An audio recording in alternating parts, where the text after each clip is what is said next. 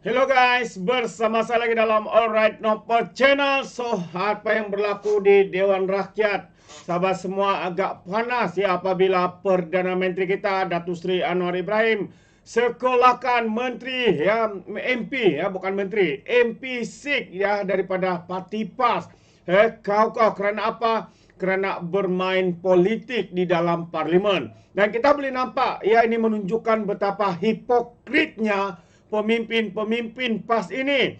Ya, kalau kita lihat ya mereka mempersoalkan tentang MHB, BlackRock yang sedangkan di negeri mereka di bawah pentadbiran PAS ya pelbagai syarikat-syarikat yang turut terkait dengan BlackRock ini juga. Selain daripada BlackRock ada juga company-company lain yang ada di dalam negeri itu, tapi kenapa mereka mengunci mulut? Ya, kerana kita tahu mereka jadikan ini sebagai isu politik. Begitu juga dengan China, ya bendera China dikibarkan, ya menandatangani perjanjian syarikat kerjasama di dalam kerajaan yang dipimpin oleh PAS, tapi tidak pula mereka bising seperti mana yang mereka lakukan hari ini. Jadi akhirnya sahabat semua apa yang berlaku ya di dalam Dewan Rakyat seperti tadi, Datuk Seri Anwar Ibrahim memberikan pandangan dan juga sekolahkan ahli parlimen PAS daripada MP SIK ini yang tidak habis-habis bermain politik. Jadi sahabat semua, ini saya ingin membawakan anda persoalan yang dikemukakan dan juga jawapan yang diberikan oleh Perdana Menteri Nyatakan kita. kerajaan perlu menyemak kembali penjualan saham MAHB kepada GIP BlackRock ini. Ini telah jelas ya. Apabila United Nations Human Rights telah memberi amaran kepada negara-negara ataupun syarikat-syarikat supaya tidak ada hubungan langsung dengan penjualan senjata kepada Israel.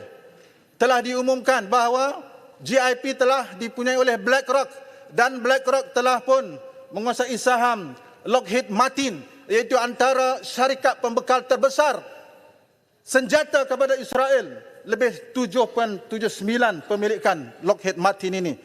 Disebut oleh United Nations Human Rights, states and companies dengan izin, state and companies must end arms transfer to Israel immediately or risk responsibility for human rights.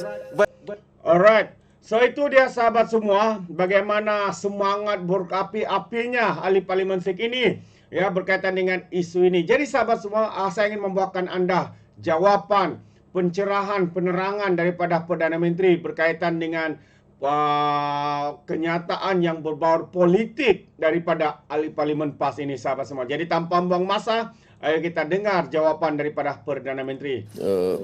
Syarikat-syarikat. Tan Sri betul. Perdana Malaysia tegas. Tak banyak di negara di dunia ini mengambil keputusan seperti Malaysia lakukan. Janganlah menggesa kita buat lebih daripada itu. Kerana semasa rakan-rakan seperti yang Maksik tahu, mereka dalam pemerintahan pun mereka tidak lakukan begitu. Malah mereka mengizinkan ZIM berlabuh. Kita tidak mengizinkan. Jadi kita ambil langkah lebih daripada itu. Cuma sekarang ini ada bangkitkan soal syarikat-syarikat. Puluhan, malah ratusan syarikat yang ada kerjasama dan dagangan dengan Israel. Yang berdagang dengan semua negara termasuk Malaysia. Dan di semua negeri termasuk negeri-negeri yang diperintah oleh pembangkang. Jadi kita kena ambil keputusan yang agak real konsisten. Apakah keputusan kita ini melibatkan bantahan terhadap negara kerana penjualan itu dengan izin negara. Tidak ada penjualan kelengkapan tentera, kelengkapan ketenteraan yang boleh berlaku tanpa izin negara. Maka ini yang kita buat. Setakat yang kita lakukan, saya harap Yang Berhormat faham. Ya. Saya juga bertanggungjawab untuk menjaga bukan sahaja keamanan, tapi kepentingan rakyat dan negara ini. Jadi janganlah kita, kalau kita cadang, dia bukan satu syarikat. Saya nak sebut di sini, kalau nak jadikan ini hujah, kita boleh sediakan ruang di parlimen. Berapa puluhan syarikat-syarikat bertapak di semua negeri di Malaysia ini yang punya kaitan cara langsung atau tidak langsung, termasuk sama ada kelengkapan sanggupan atau parts atau saham senjata dan syarikat yang ada kepentingan dengan Israel. Jadi keputusan itu harus keputusan yang tidak hanya retorik untuk menarik perhatian orang ramai. Ya. Kerana dari segi ketegasan, saya bukan nak astagfirullahalazim, bukan nak takabur. Saya telah mengambil langkah yang melampaui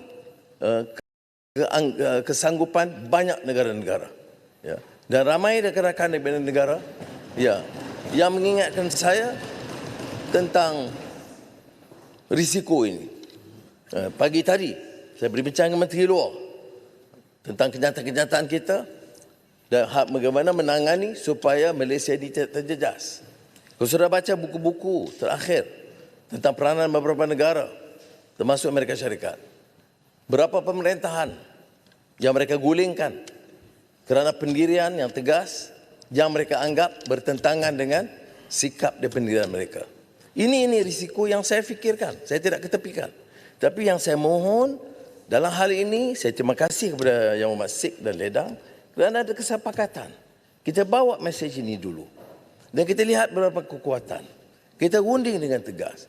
Sebab itu di Mesir, insyaAllah petang ini ke negeri China, tentu saya akan terima kasih kerana kenyataan Presiden Xi Jinping di sidang BRICS di Kazan itu sangat tegas.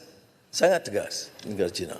Saya akan berikan dukungan kita terhadap kenyataan dan bergesaan supaya sesuatu yang lain tambahan dilakukan. Sudah juga tahu tentang kehadiran kita di BRICS kerana sikap negara selatan yang telah kuat bersuara sekarang. Dia tidak lagi seperti dulu. Dari strategi kita lebih baik membina kekuatan dalaman dan kekuatan bersama negara-negara sama ada Arab atau Islam atau Global South, negara selatan yang punya kekuatan. Saya rasa itu lebih realistik melihat kepada permasalahan dunia yang rencam dan rumit yang ada sekarang. Saya faham tekanan yang diberikan dan saya tidak memperkecil kerana mungkin dari hasrat yang sungguh-sungguh kerana kita rasa resah dan sedih terhadap apa yang berlaku setiap hari. Ya. Belum pernah berlaku dalam sejarah moden apa yang dilakukan ke atas orang rakyat Palestin. Mana orang-orang yang biadab dan gila sahaja, bagi saya lah, pendapat saya. Jangan sebutlah soal demokrasi hak asasi yang mampu melihat dan mengizinkan dan memberi hujah mempertahankan kezaliman ini. Dari bab ini saya ucap ribuan terima kasih tentang pendirian yang telah diberikan. Saya hanya nak ambil kesempatan yang akhir di sini, iaitu tentang kedudukan rakan-rakan kita, tentera Malaysia, Malbat di Lubnan. Kita melalui Kementerian Pertahanan, Menteri Pertahanan berhubungan dengan petugas di sana hampir harian, melihat keberadaan mereka, keselamatan mereka. Tapi ini kita terikat dengan UNIFIL, pendirian Persatuan Bangsa Bersatu.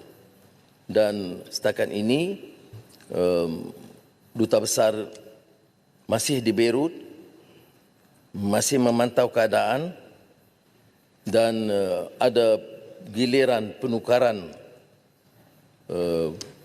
pasukan yang ada kepada pasukan baru kerana mereka sudah tamat tempoh.